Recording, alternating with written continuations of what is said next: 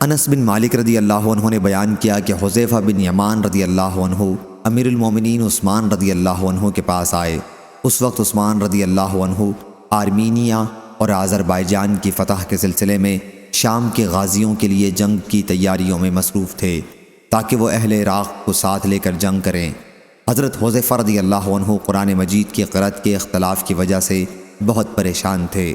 آپ نے حضرت عثمان رضی اللہ عنہ سے کہا کہ امیر المومنین اس سے پہلے کہ یہ امت مسلمہ بھی یہودیوں اور نصرانیوں کی طرح کتاب اللہ میں اختلاف کرنے لگے، آپ اس کی خبر لیجئے۔ چنانچہ حضرت عثمان رضی اللہ عنہ نے حفصہ رضی اللہ عنہ کے یہاں کہلایا کہ صحیفے جنہیں زید رضی اللہ عنہ نے ابو بکر رضی اللہ عنہ کے حکم سے جمع کیا تھا اور جن پر مکمل قرآن مجید لکھا ہوا تھا ہمیں دے دیں تاکہ ہم انہیں مصحفوں میں کتابی شکل میں نقل کروا لیں، پھر اصل ہم آپ کو لوٹا دیں گے۔ حضرت حفصہ رضی اللہ عنہ نے وہ صحیفے حضرت عثمان رضی اللہ عنہ کے پاس بھیج دیے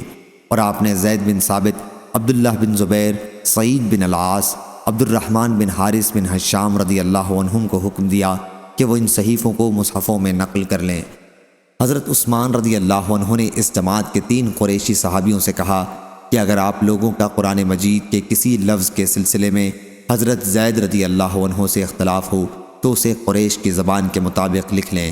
کیونکہ قرآن مجید بھی قریش ہی کی زبان میں نازل ہوا تھا۔ چنانچہ ان لوگوں نے ایسا ہی کیا، اور جب تمام صحیفے مختلف نسخوں میں نقل کر لیے گئے تو حضرت عثمان رضی اللہ عنہ نے ان صحیفوں کو واپس لوٹا دیا اور اپنی سلطنت کے ہر علاقے میں نقل شدہ مصحف کا ایک نسخہ بھجوا دیا اور حکم دیا کہ اس کے سوا کوئی چیز اگر قرآن کی طرف منسوب کی جاتی ہے، خواہ وہ کسی صحیفے یا مصحف میں ہو، تو اسے جلا دیا جائے۔ صحیح بخاری حدیث نمبر 4987۔